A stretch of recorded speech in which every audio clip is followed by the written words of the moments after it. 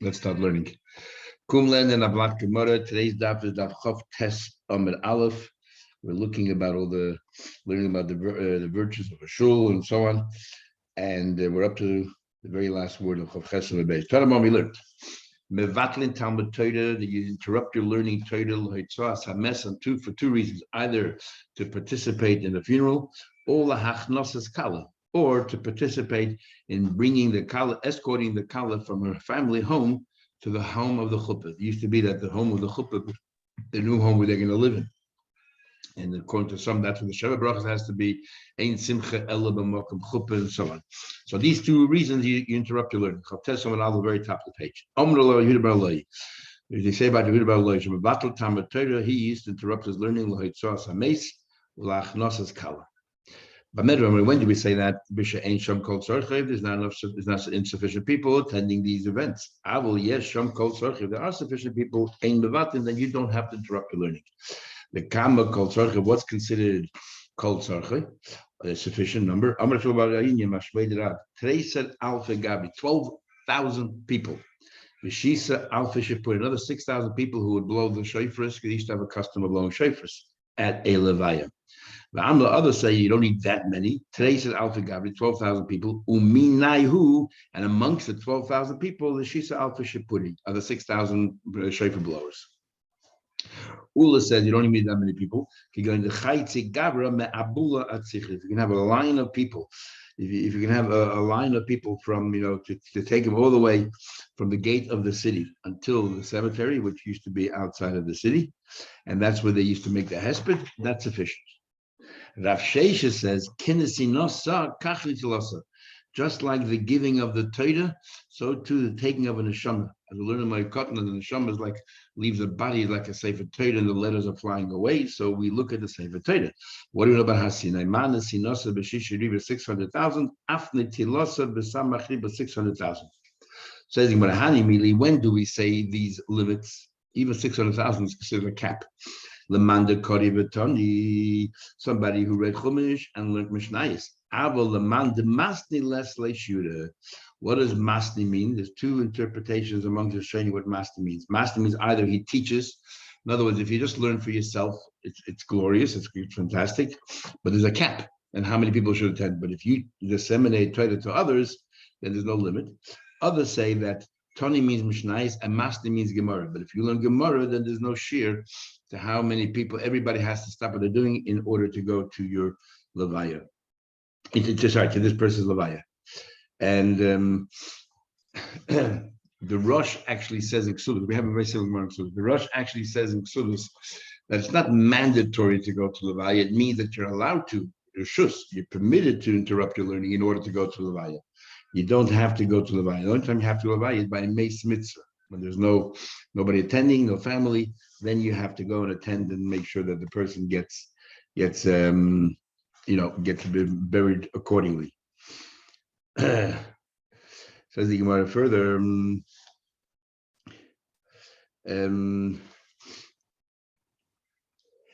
Cases, however, said this is all talking about interrupting learning, but interrupting, if you're working, everyone should interrupt their working, regardless for who, regardless of the level of intellect or their level of knowledge. You have to go and attend the levaya or lachnosas kala. Says the Gemara. They come and say, look how much how dear Jewish people are for Hashem. Wherever they went to Golos, they should join Golos. The Mitzrayim went to Mitzrayim. Shchinima. Hashem is there. It says later on by Shmuel, it said to Hashem said to Eli, and he said to him as follows. He says, I reveal myself to your ancestors. Be Yosef in Mitzrayim while they're in Mitzrayim. I reveal myself means I was there. Go to the bubble, and the Eden exiled in the bubble. Shchinimon. Again, the Abish was there with them. Shneimar, it says that the man chem, because of you, shilachti babel, I sent you to bubble, and we'll read it as if it says shulachti, I was sent to bubble. Hashem joined us in our strife. And even in this long goal that we're in right now, Hashem is with us. It says, Hashem will return all those who are in exile. If it would have been like third person, he wasn't there, it would have said By saying Shabbos, we will return. Hashem is in Golos with us, and He will leave with us. So where exactly in Babel is He? Where is the Shekhinah resting? Amar Abai is Abai Knishta in the shul of Hutzel, or Knishta the two shuls. There's the shul of Hutzel and there's the shul of Shaf, the Yosef and the. Remember, Hutzel has there's two Hutzels. One in Israel we had before about Hutzel. They read the Megilah in a walled city, and we said there were two Hutzels, one in Chutzlaritz and one in Yisrael. They were talking about Chutzlaritz, Ubebei Knishta, and the shul known as Shaf the Yosef ben Hedai, the shul of Shaf the Yosef in the Hedai. This shul, there's a different interpretation of what actually happened. Some say Rashi here says that Yechonia, when he went to exile, 11 years before, he went to exile to Babel, and he spent many years in prison, if you remember. So he took with them stones, and they brought from Yerushalayim with them to Babel to build this shul. Others say the name of a place, different interpretations. The Shekhinah is a both shul. The Lazin on occasion is the shul, and Hutzel on occasion is the shul of Shavi Yosef in the Herdoy. Give me credit. If I was ever within a parsa from these shuls, I went into the shul. There. I wanted to daven in the shul where the Shekhinah was. Abu the Shmuel Levi have a Yosef Knishter. Abu the father of Shmuel and Levi once sitting in the shul of Shafi Yosef ben Adai. Asya Shekhinah. The Shekhinah came there. Remember, the Shekhinah hovers between these two shuls. Shamu Kodesh, they heard some movement there. Kamu, they stood up, and Nafko, they walked out. They didn't want to remain there anymore. So obviously they weren't learning Torah, because if you learn Torah, it says, Oyev Hashem Shar Etzin. We had in our bracha, Hashem loves learning Torah, so maybe they were having Sichas Chulub. Rav Sheishes have a Yosef, Bei Knishta, the Shavi Yosef ben Adai. Rav Sheishes were once sitting in that shul as well. And Asya Shekhinah, the Shekhinah came there. He refused to walk out. Also, Malach Hashad had come about, and the Malach came try to intimidate him. Somebody like me that is shamed, humiliated because he's blind, I can't walk out. All the Malachim are perfectly healthy. You tell me, me. The handicapped has to leave for the non-handicapped, or the way around. The one who's challenged. Amalu Shavku, they should Malachim leave him be. The Lehem Mikdash Mat. Cheskel says that they should be a miniature Mikdash.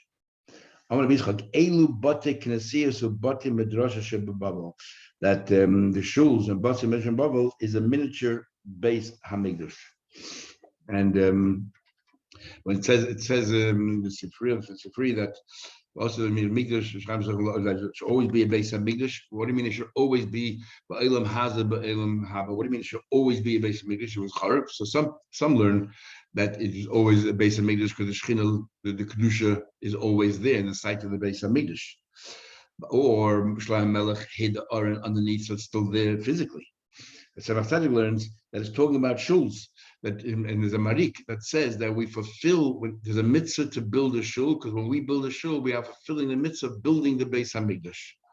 As we see here, that a Mikdash mat is a shuls and bati medrashas. So not just the Beis HaKnesses, but also Beis HaMedrash.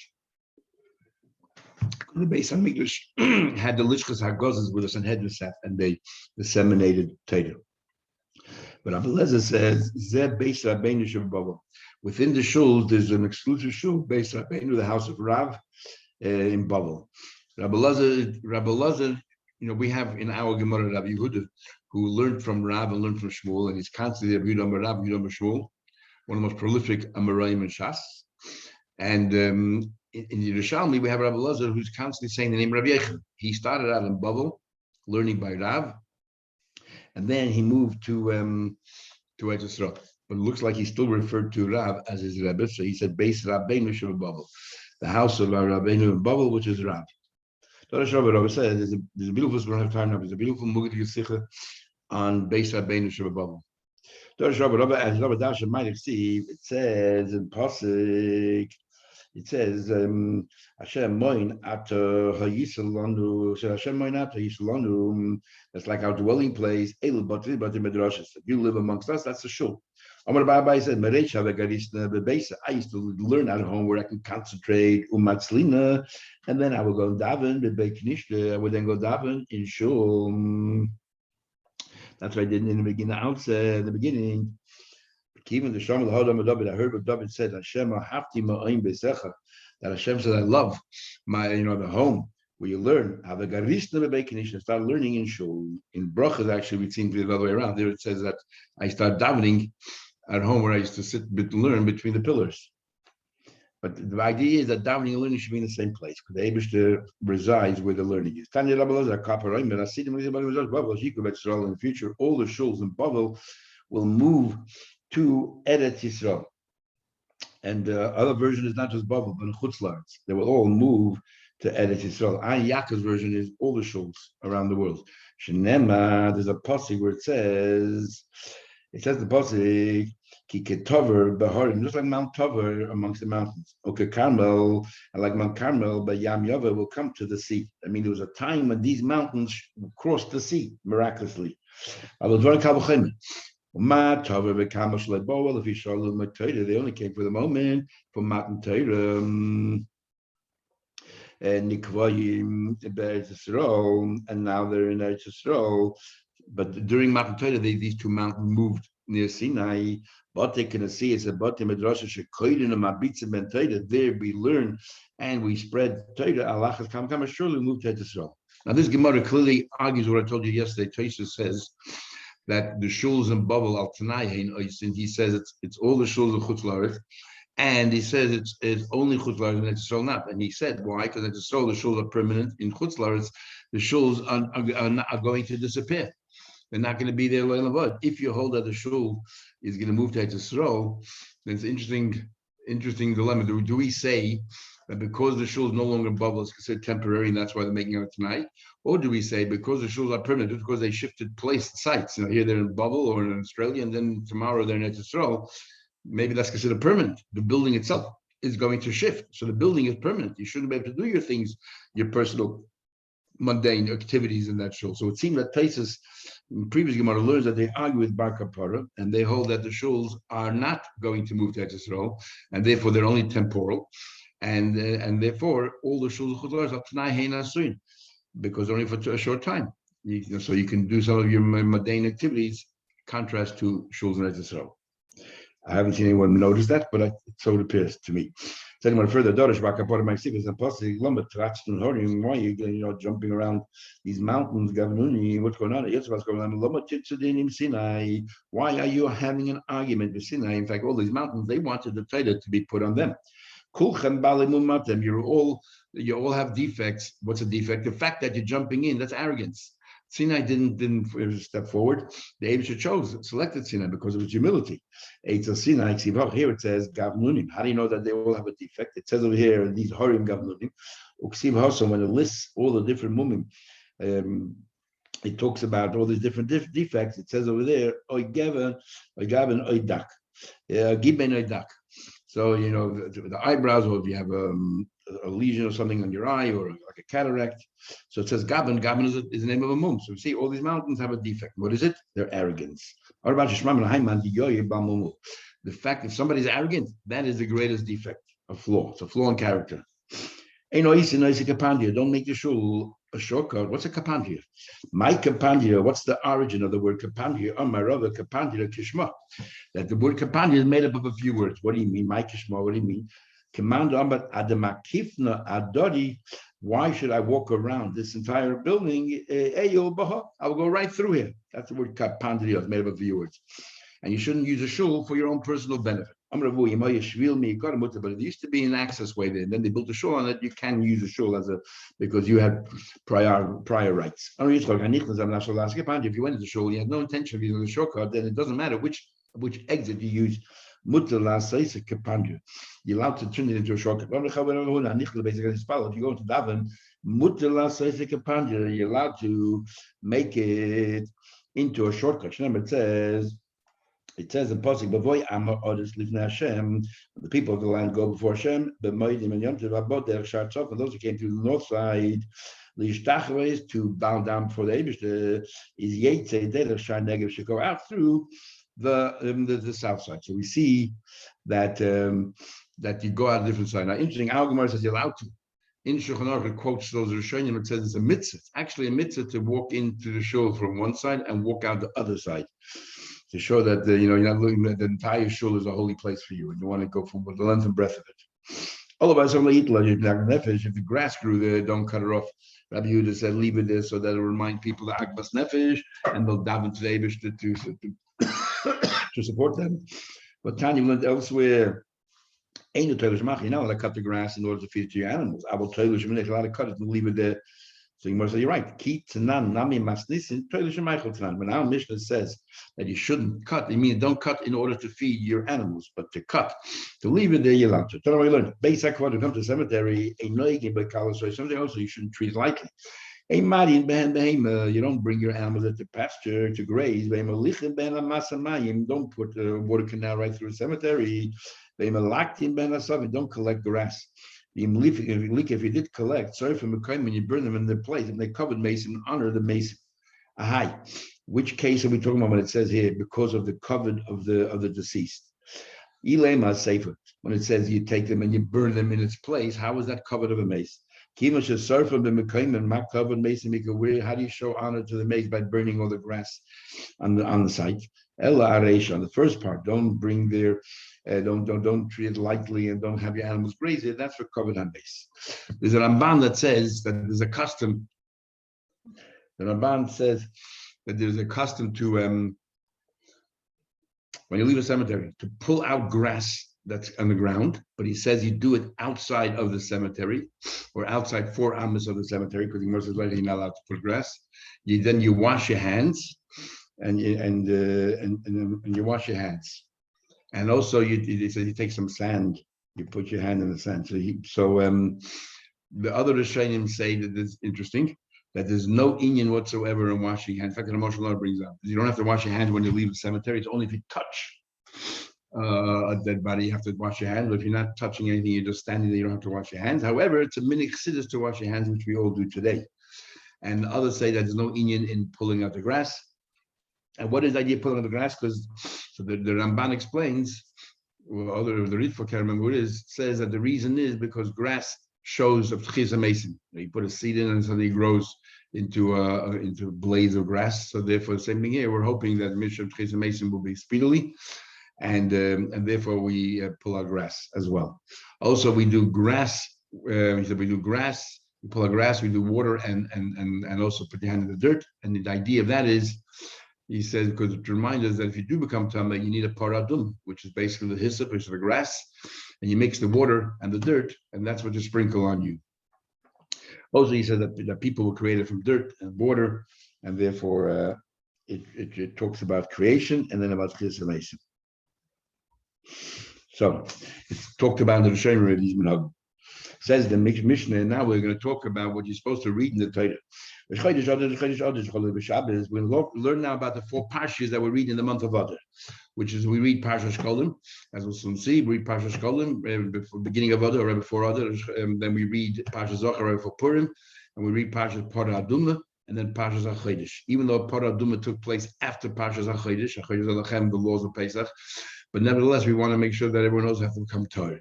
So Parashat Parah Adumah became the week before, and sometimes you have a break of a week. Says the Mishnah, Rosh Chodesh Adar shechol b'Shabbos. If the Rosh Chodesh Adar falls on Shabbos, koyin beParshas Shkolim. You read then Parshas Shkolim. Chol is b'Toich Shabbos. If it falls out during the week, Magdimin l'Sha'aba. We then read the Shabbos before Rosh Chodesh Parshas Shkolim. Now, why do we read Parshas Shkolim the first one? We'll see in a minute. Mafsikin l'Shabbos. Then we take a break. We pause one Shabbos. In Parshas Zochar we read immediately before Purim. B'Shniya Zochar. B'Shlishi, the third one is Parah Adumah. We read Parah Adumah, but the fourth one is HaChodesh Hazelachem, and we'll soon see what Parshas Shkolim is. The Chamishis, and then the following Shabbos, Chayzer and Kesidah. We go back to normal. Now, when we say here Chayzer and Kesidah, we're going to see there's a big machlekes in the Gemara. If it means that during these 4 weeks we just substitute the Haftarah, and then we go back to normal Haftarah that relates to the Parsha of the week, or we're talking about the entire Parsha of that week we cancel, and we read Shkolim only for the 7 Aliyahs, or Zochar, and so on. Says the Gemara, Mishnah continues, and all that we cancel, whatever you normally read on Rosh Chodesh, on Chanukah, Purim, Tainus, and Amos, and Yom Kippur. So it's the fact that we include Yom Kippur, we don't include all the other Yom Tovim. Every time Yom Tov falls on Shabbos, we cancel the parsha, we read Shabbos, we read Yom Tov. So we're not talking about Shachris, we're talking about Mincha. When it comes to Mincha, generally on Yom Tov falls out on Shabbos, Mincha, we read the normal Shabbos Kriya, because Yom Tov Mincha, there's no reading of the Torah. So the only reading Torah is because of Shabbos, so we read the Shabbos Kriya. Yom Kippur is different. Yom Kippur, we read Shabbos afternoon, the Arayos, and regardless. Says the Gemara, Tzlanhas, we learned that when do you talk about Shkolim? First day of Adar, that's when they used to make all the announcements and tell people, the Bezdin would announce, you have to prepare and give you Machtes HaShekel, while a client also alert everyone that they have to check their fields for client, because this is the end of the season, as Taisa said, this is the end of the season of planting, and now already start budding, so you can tell that there are things growing there that are out of place. So I understand client, this manzri, this is the end of the period, this is when it becomes noticeable. Why Shkolim in the beginning of Adar? Amr Tavi, Amr Abiyesha. So Rav Tavi said, there's a pasuk where it says, Zois Oilas Chodesh B'Chodesh. This is the oil of the Chodesh in its Chodesh. It's a repetitive. So we dash in the Chodesh means in the renewed. What do you mean renewed? Amra Torah. The Torah is saying that Chadesh v'Haveh Korban B'Truma Chadasha. There's a time that you have to renew the money that you're going to use. Which coffers are you going to use to pay for the animals, for the daily animal, from the new coins, and that's Rosh Chodesh Nisan. The Kiva the Nisan boy Akruvim Mitrum Chadasha. Since Nisan is the time when we have to start using the new money, Kadmin and Vikarin Vechad, give them some advance notice, and we start from Rosh Chodesh Adar. Says the Gemara, Keheicha the Lesser Shkolim Midrash. You know that people bring it in time. So you might remember in Gemara Pesachim we had an argument of Zayin there between Gamliel and Chachamim. How much time before Pesach is appropriate to start talking about Pesach? Shimon Gamliel says 2 weeks, and the Chachamim say a month. So the fact that a month before the Chodesh Nisan we're talking about Shkolim seems to indicate that the halach is like the Chachamim, you need a month's time. Come on, if it seemed like Rav Shimon Gamliel, how much Teisha B'Av, he said sufficient 2 weeks. The Tanya we learned. That you start asking the laws of Pesach before Pesach, 30 days. Rav Shimon Gamliel, 2 weeks. So no, you're making links that don't exist. I feel everything a little. Because we learned on the 15th day, that's when they sit in the Medina. Medina can either be Yerushalayim, and according to the Rambam, that Medina is outside Yerushalayim, means all over Israel. And then the 25th day, that's when they sit in the Mikdash. And why the 25th? Because that's the date when they start going to people and coercing them to participate. Till the 25th, we wait for volunteers. They should do it voluntarily. After that, we impose these laws of legislation that we can go into the houses and confiscate whatever it is we need to get the max of the shekel. And why Chavei? It's the Svarim, right, because that's when the world was created. Mishum Shulchan is therefore Kamin V'Karin, because we start the tables on the 15th day of the month. That's the appropriate time to alert everybody to the Machzis HaShekel. These are the money changes. So thinking about if you don't have a shekel, so you bring your coins, and then they change it into shkolim. The machzor shekel. So thinking about it further, my parsha shkolim. Now here we have an interesting machlekes that you might not be aware of. What exactly is parsha shkolim? Rav says, you know what it is? What we read on Rosh Chodesh. It's Tzav es b'nei Yisrael v'amarta aleim, and it's korban yilachmi, and you go on and so forth. And then it goes to Rosh Chodesh, it goes to Shabbos. That's what it is. That's Parsha Shkolim. Now, why in the world that's called Parsha Shkolim? We'll see in a minute. Shmuel says no. Kisisa. What we read today, that's what Parsha Shkolim is. It talks about Machzor Shekel. Then you want to be Shalom Anam Kisisa. I understand Shmuel, and that's why it's called Shkolim. The Chesibei Shkolim. It says clearly you got to give Shkolim. The Mandam is Karboni Lachmi. The one that said that's Karboni Lachmi. Hocham Midish Shkolim Ksiva. Where does the carbon tummy that they bring have anything to do with Shkolim? So yes, time amount. You know why it's perfectly appropriate to read about the carbon tummy? Because remember, where did they get the money from? From the Machtis HaShekel. Like I've told you before, that the Machtis HaShekel, and you have to start anew from this. And therefore, this is called Parsha Shkolim to talk about the outcome of the money. What happened to the money? You invested it in these animals. So therefore, that's what you're reading. So it's not the process. No, Shmuel says we talk about the process. And Rav says, let's talk about the outcomes. So what did they do with this money? And that's his Shkolim. And Rav says, you want to motivate people to give tzedakah, tell them what the proceeds will be used for, and it makes it a lot easier to give the money. And Shmuel says you don't have to. Just tell them the laws that you have to give charity, and that's sufficient. That's what it seems the Machlekes is. Says the Gemara. Bishla the man not having so it makes sense going to Ram should see the Kabbalah. Okay, I understand. Also, Grab Top, the man is the Kabbalah makes according to Shmuel. In fact, the Parsha Shkolim that we read is not for the Kabbalah. There were three different Shkolim. That Parsha there is talking about money they raise for to have the beams and they put them in these sockets, these silver sockets, and that money was used to buy the silver socket. It was for the construction of the edifice of the Mishkan. So what does it have to do with the Machzis HaShekel that we're talking about for Kabbalah? We're reading the wrong Parsha. Who talking about Kabbalah? Shkolim Adonim Ksiva. The Shkolim that's talking about the Parshas for the Adoni, for the silver socket. So the Gemara Kidaton Yosef. Sholosh Trumas Hey. In fact, the Parsha canvases three different Trumas. Two of them you gave Machzis HaShekel, and one of them you gave to your heart's content. The Kabbalah. All that money went towards the Kabbalah. It says three times the word Truma La Hashem in those psukim that we read. And why does it say three Trumas? Because there are three different Trumas. The money you raised for the Adonim Taka went to the Adonim. The money you raised for the Mizbeach went for the Kabbalah. And the Shabbat Kabai, the money you raised for the Bedek Kabai, and that didn't have a cap of a half a shekel. That was everybody's content. It says over there, Kol the Div Lave, everyone is charitable and generous, is the Bedek Kabai went to the maintenance house. So therefore, in this parsha, it also includes the Kabbalah, which is what the Machzis HaShekel, why we're reading it, because the Kabbalahs from now on have to be used, you have to use the new money, the new coins from this. So therefore, the one is Kisisa, and I understand, Hainu the Shani, Haydash Chaydish, Misharash Chadash. No, if Rosh Chaydish falls out on Shabbos, we said before, we obviously read Rosh Chaydish, but we also read Shkolim. So we see that this is different than all other Shabbos Rosh Chodesh. We're going to read also Parsha Shkolim. Elaman Lamatzav is Kaboni, my Shani, but the one who says that what do you read on Shkolim? That's Parsha Rosh Chodesh. So if Shabbos is Rosh Chodesh, what do?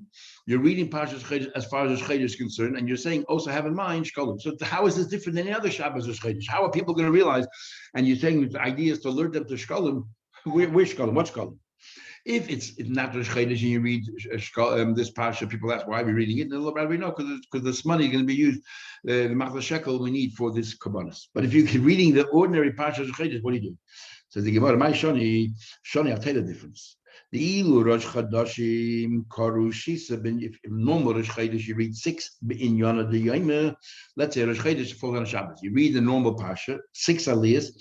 And the Chad Bid Rosh Chodesh. You remember we had a big argument before if the person mafted is he number 7 or number 8, right? Traces there says the halacha actually is number 7, and the best proof is it says it that a tinus number 3 is the one who says mafter. The way we do today is not like that. Is the reason why we do today differently is because we're allowed to add on Yom Tov, we're allowed to add on Yom Kippur, we're allowed to add on Shabbos, according to those opinions. Let's say you're allowed to. Therefore, we have to decide. You know what, mafta. Let's get more people to the Torah, and mafta won't be part of it.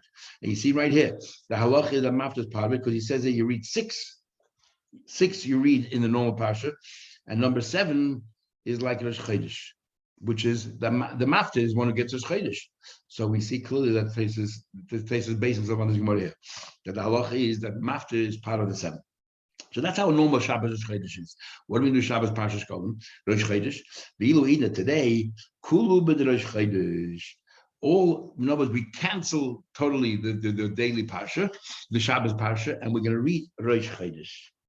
In other words, we're learning now that you don't read that in itself, that we're not going to read the Parsha that's due that day. That tells them something different. Normal Rosh Chodesh, you read the day, the Shabbos Parsha, and you add Rosh Chodesh. Here, we're not reading the Shabbos Parsha at all. Well, that's why, because it's Parsha Shkolim.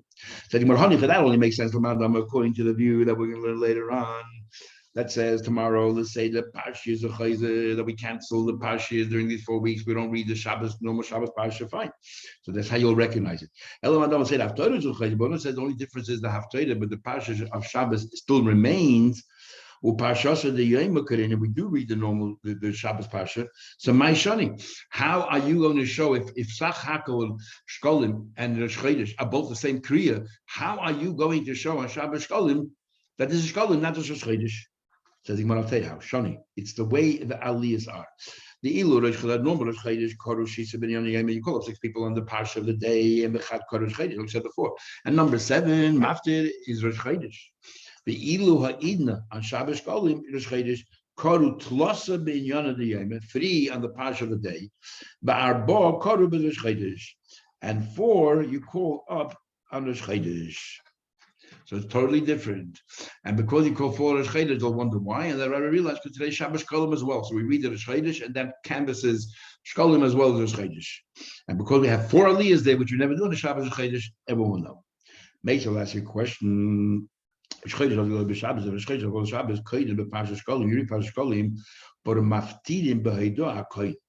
all of the which have Torah of your Doa Kohen, which talks about giving a half a shekel. So makes sense why we are Maftir Doa Kohen, because the Haftarah has to relate back to the last thing you read, and it's all about the Domile. It talks about Machzor shekel. It says over there in the pasuk, it says. Everyone should donate to the base of Midrash, Kesed, Nefashas, Erkot, and you should give money for his nefesh and so on to the base of Midrash. So it's the same theme. That's Korban Elachmi, the one who said that. What? That's Rosh Chodesh Kriya. Midami. What are you reading over here? All about donating money. We're talking about the Kabbanas. Says the Gemara again. I told you before. Rav Tovi said that we need the Machzor shekel in order to be able to bring the Kabbanas. So therefore, Rosh Chodesh, the normal Rosh Chodesh is perfect. And therefore, Yehudah HaKoyin makes sense. Why are we talking about the Haftarah Yehudah HaKoyin? Because it talks about Machzor shekel, which you need for the Kabbanas that we just read about. So you want to make another question. What happens if, let's say, Parsha Shabbos Shkolim falls out either the Parsha after Tetzaveh? Another way, that Shabbos is Tetzaveh. That Shabbos is Tetzaveh and it's Parsha Shkolim. Or that Shabbos is Vayakel.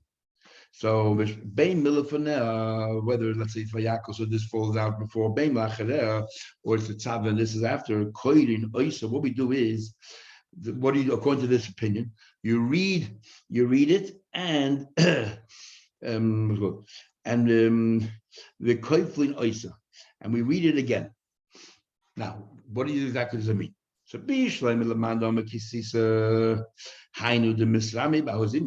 So we'll soon see what exactly it means that you double it again. We'll see later. It means is that this Shabbos you're going to read the beginning of Kisisa because it's Shkolim, and next Shabbos you read it all over again.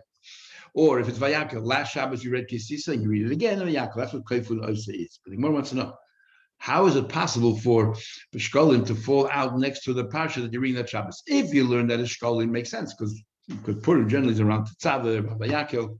But if you're going to learn that it goes according to the Korban Elachmi, which is in Bamidbar, how is it ever possible that Purim should be around that time? That's how it's possible. Because it falls out another. How is it possible? It's a Parshas Pinchas. How in the world can this happen? Bahuzimna answers the Gemara, and interesting, the number brings it down. In Livnei Marava, to the people in the west, in Eretz Yisrael, the maski l'daraisa betwashni, with two customs. There's one custom like we do today, every Shabbat we read another parsha and the entire Torah is read over the 12 months. And there's another custom that they read over 3 years, the entire Torah. And therefore, according to them, it's possible that on Purim they were reading Parshas Pinchas.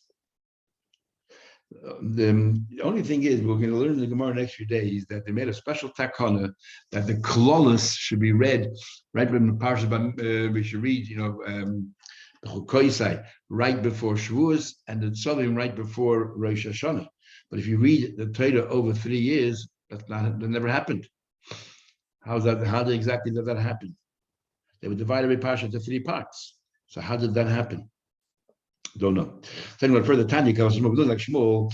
We look like Shmuel that if other falls on a Shabbos, Koiden Kisisa, you read Kisisa. Like Shmuel, on which we do today. Rabbi Chanafcha says, Shabbos, Mitzi and Sholosh, you take out 3 Sifrei Torah. And there's a big custom in the world that whenever you take out 3 Sifrei Torah, you make 3 different kubuls that Shabbos. 2 Sifrei Torah, you make 2 different kubuls. The Koyin Behen, why do you need 3 Sifrei Torah? On one of them you read Binyan Shulyan, the daily parsha. The Echa B'Shal Chodesh says Chodesh, you have to read that. And the Echa B'Chisisa, one is Shkolim.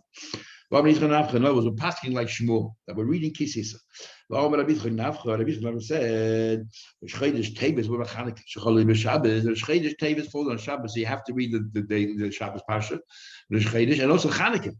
In million Shalosh Tevis, three Tevis, and you read Echa ben Yonashi, and one of those, that Parsha, that's appropriate for that day. The Echa ben Shchedish, one is Shchedish, the Echa ben Chanukah, one of them is Chanukah. So l'chayda is the same principle, whether it's a Shchedish Tevis or whether it's Parsha Shkolim. So why do you have to bring both in and down? So when you both did him, why? If we only did the one for Shkoli, I would say sorry, if only did Chanukah, I would say only Chanukah bring a Sivit Torah. Maybe he holds like Rav that they didn't read Parsha Shkolim, and he believes that Shkolim and Shchedish is the same Parsha. No, Parsha Shkolim is Kormi Lachmi, and therefore we take Sagi. According to Rav, all you have to do is bring two Sifrei Torah. One you read the Parsha of the day, and one you read the Shchedish, which covers both the Shchedish and Shkolim. See if we had to spell it out. No, the halacha is like Shmuel. So it says Gemara, fine. Tell us only the law of Shkolim, but automatically no. Comes Chanukah, you need three Sifrei Torah. We're going to Shchedish and for Chanukah as well. So Moshe said, you're right, he never said it. He actually never said it. He just said the one from Shkolim, and then we automatically infer from that the same thing would apply to Chanukah. Says the Gemara, Itma, we learn, Shchedish Tevis falls out during the week. Rabbi Yitzchak says, so which, you have four aliyahs. So Shchedish you have four aliyahs. Chanukah you only have three, Shchedish you have four. Where do you put the majority of the aliyahs? In the kriya of Chanukah, which you read about in the Sim, or is it the kriya of Rosh Chodesh? So Rabbi Yitzchak says, Karu Tlasa Rosh Chodesh, you call up three people Rosh Chodesh, and V'chad B'Chanukah, and only one aliyah for Chanukah. Rav Dimi Dimin Chayfa, the other way around. Karu Tlasa B'Chanukah, you call up three in Chanukah, and Chad Rosh Chodesh, only one Rosh Chodesh. And what's the logic? It makes sense like Rabbi Yitzchak that what three for the Shchedish and one for Chanukah. Why is that? Something which is frequent, something which is infrequent, you always follow the frequent. The Shchedish is 12 times a year. Chanukah is only 8 times a year, and therefore the Shchedish takes precedence. And Shchedish is more than 12 times a year. If you have, let's say, 2 days of Shchedish, so it's 18 times a year at least. It makes more sense like Rav Dimi that you have the three aliyahs and Chanukah and one Rosh Chodesh. And why is that? Anyway, you would have had three aliyahs for Chanukah. That's what you read every day. Come along Rosh Chodesh and forces you to have a fourth aliyah. So that fourth aliyah should go to Rosh Chodesh. It's going to be Rosh Chodesh. The fourth aliyah should be Rosh Chodesh. Three for Chanukah and one for Rosh Chodesh. My Havila, bottom line. What's the halacha? Is Rabbi Yosef Amar ein mashgichim berosh chodesh. You ignore Rosh Chodesh. No, it's play second fiddle. The main focus should be Chanukah because that's the day. And Rabbi says no. Ein mashgichim beChanukah. Chanukah plays second fiddle because Rosh Chodesh is tadir. Therefore, Rosh Chodesh should have the three aliyahs. And Chanukah is one.